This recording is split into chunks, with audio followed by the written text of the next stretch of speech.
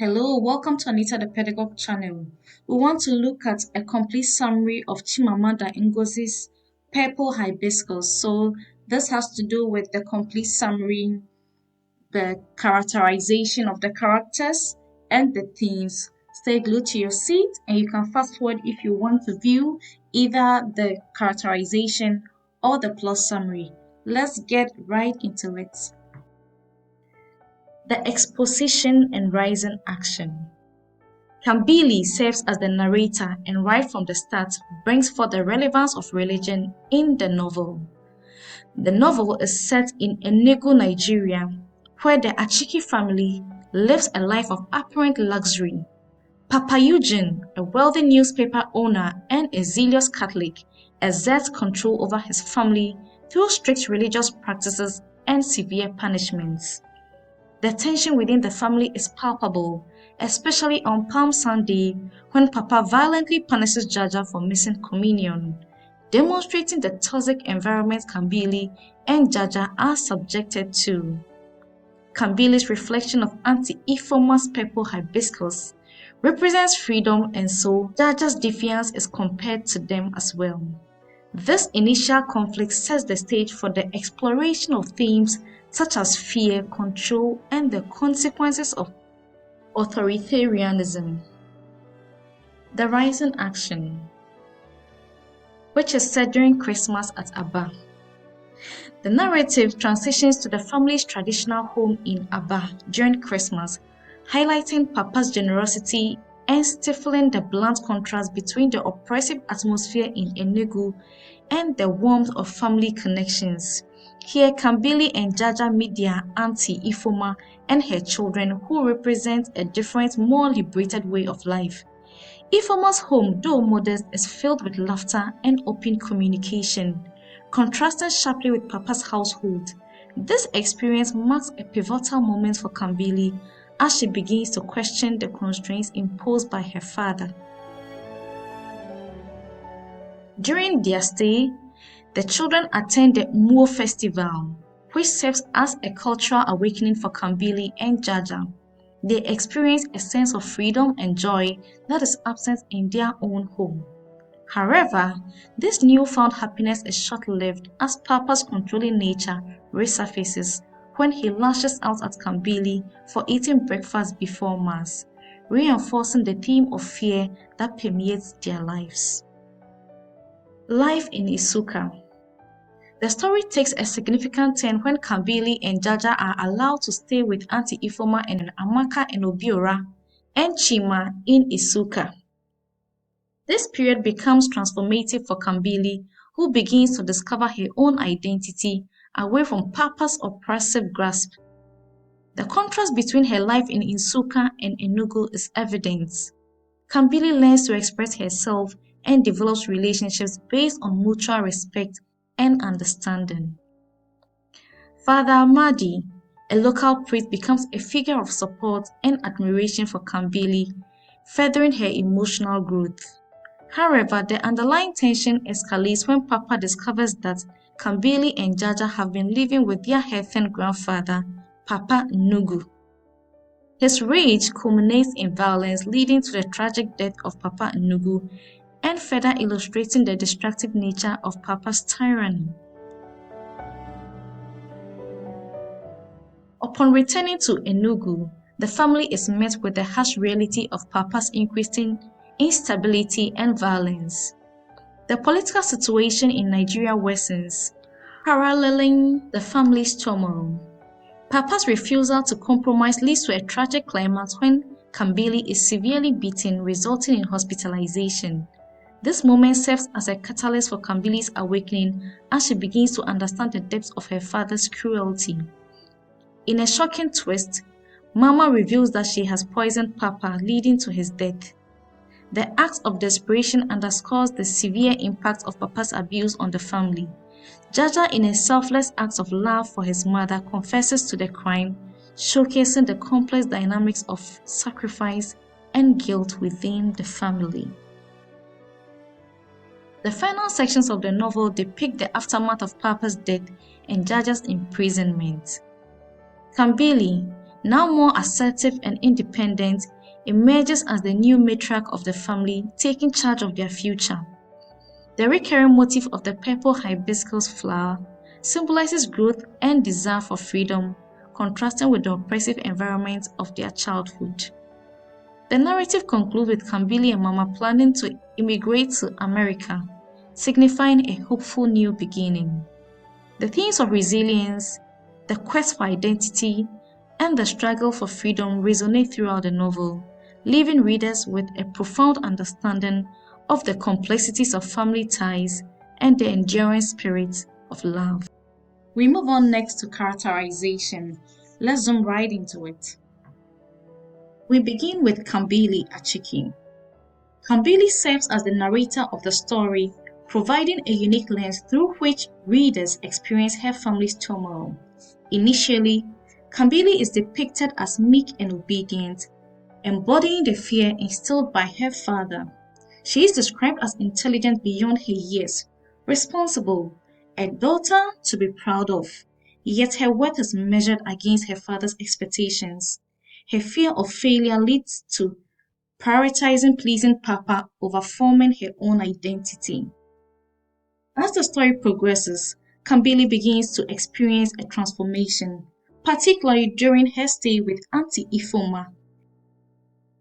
Ifoma's more relaxed and open household allows Kambili to explore her feelings and desires. This is evident when she admits to Amaka, "I have a crush on Father Amadi," signifying her growing self-awareness.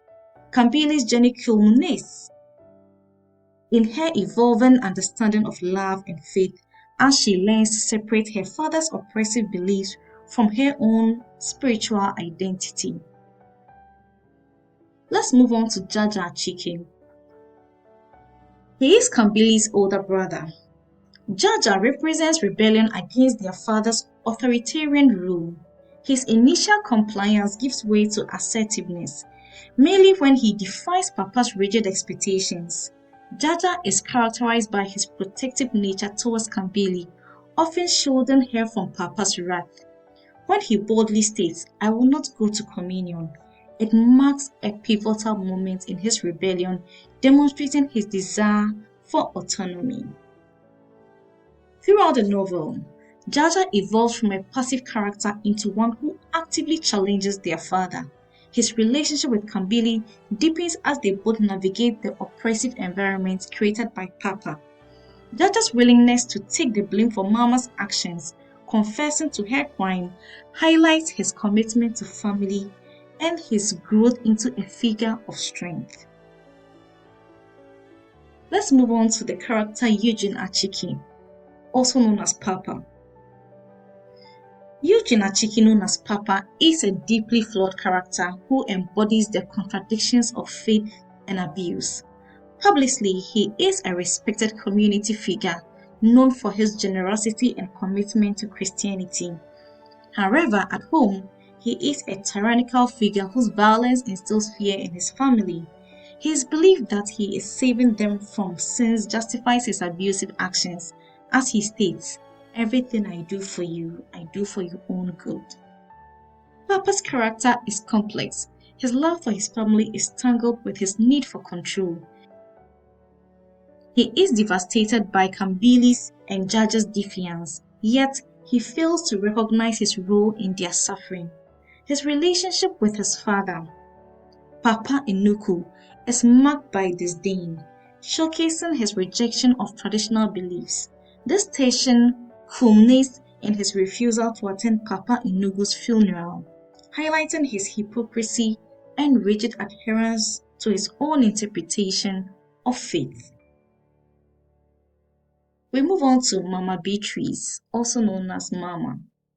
Mama Beatrice or Mama represents the silent suffering of women within oppressive structures.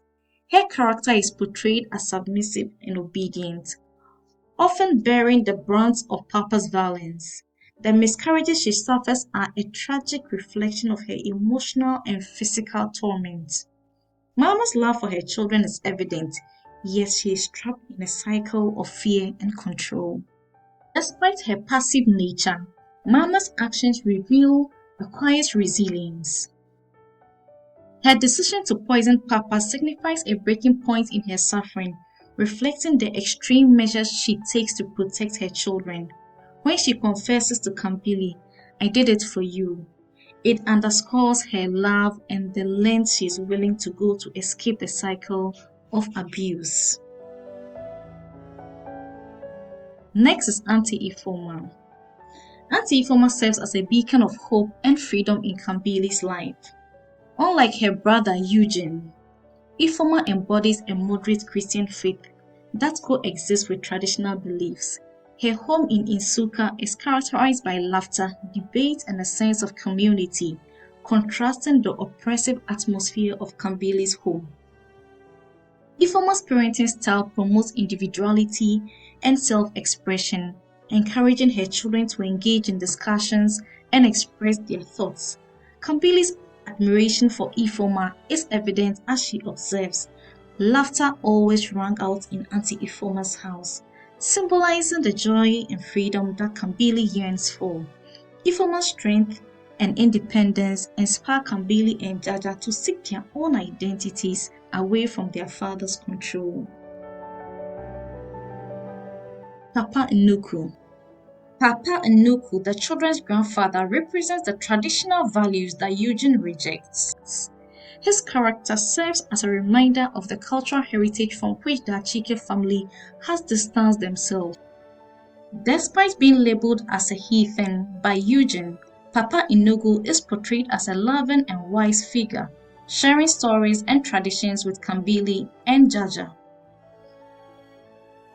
His relationship with Ifoma highlights the generational divide between traditional beliefs and modernity. When he becomes ill and is brought to Nsukka, Kambili's internal conflict reflects her guilt about her father's disdain for Papa Nnukwu. His death promotes change, prompting Kambili and Jaja to confront their father's tyranny. Father Amadi. Father Amadi is a youthful and progressive priest who serves as a source of inspiration for Kambili. His friendly demeanor contrasts sharply with Papa's authoritarian nature. Kambili's attraction to him symbolizes her awakening to love and independence. Father Amadi encourages Kambili to express herself, marking a significant turning point in her development. He is enlightened and believes that the African or Nigerian language can be used in worship of God. He is a static character in contrast to Father Benedict. Amaka. Amaka, Ifoma's daughter, represents the voice of a new generation. Her confidence and assertiveness challenge Kambili's timid nature. Initially, Amaka's mockery of Kambili's privileged lifestyle highlights the stark differences in their upbringings.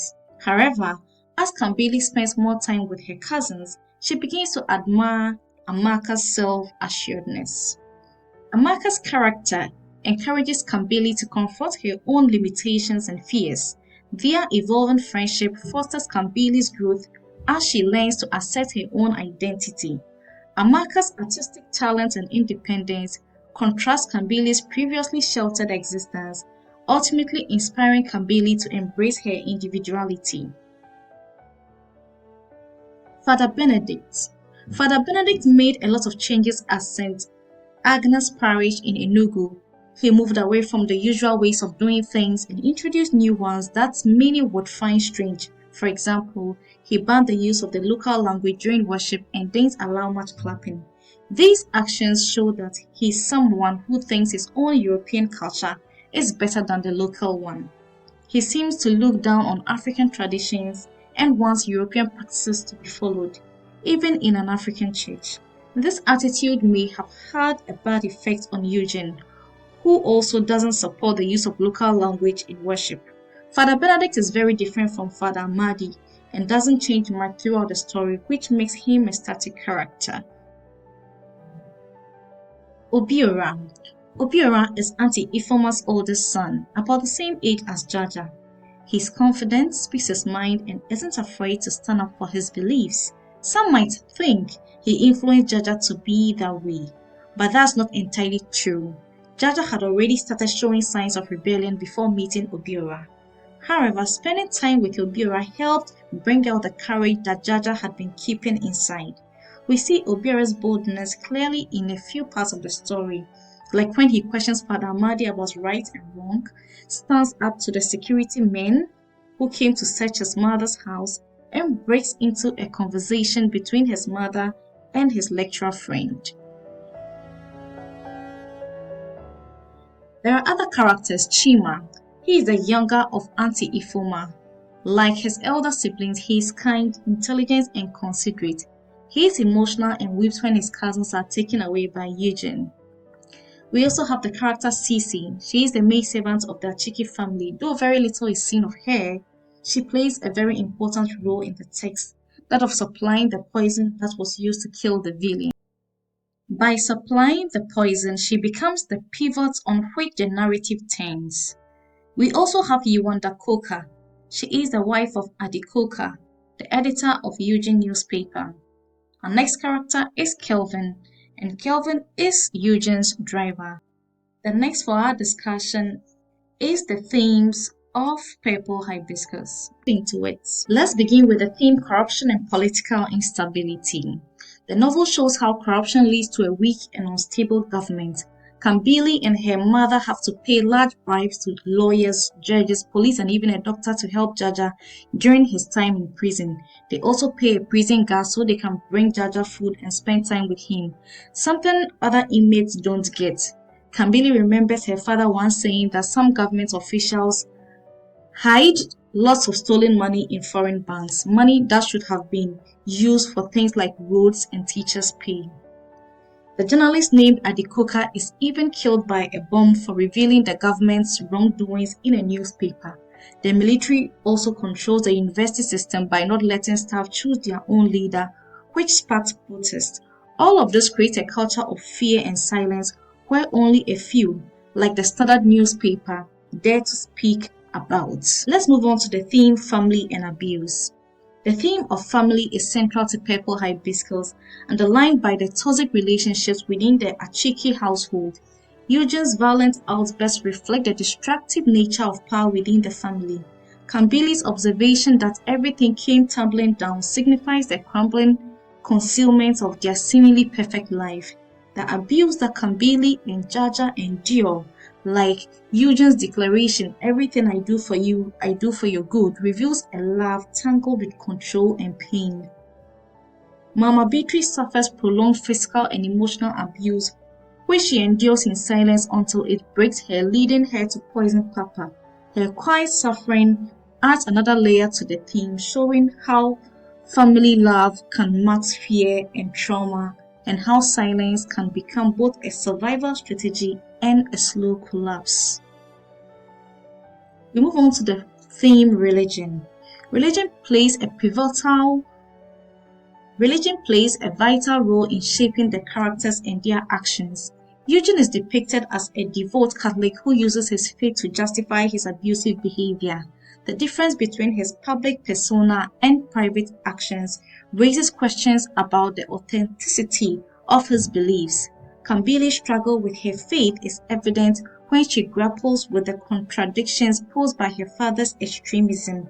She states, "Perhaps it was what we wanted to happen, Jaja and I, without being aware of it," signaling her subconscious desire for change and freedom from Papa's tyranny. The novel also explores religious conflicts between traditional Igbo beliefs and Christianity.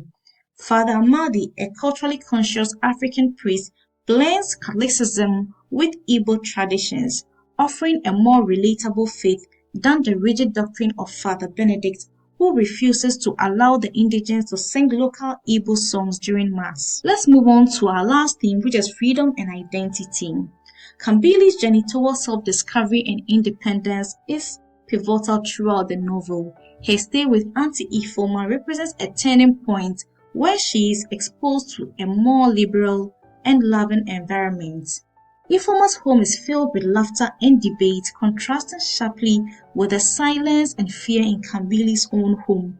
The metaphor of purple hibiscus, which symbolizes beauty and resilience, sums up Kambili's quest for identity and liberation. At the end of the novel, the Adichie family experiences freedom as they see greener pastures out of Nigeria. Now, this brings us to the end of our discussion. Do like, share, comment, and subscribe to this channel. Until I come your way again, keep learning and be the best version of yourself.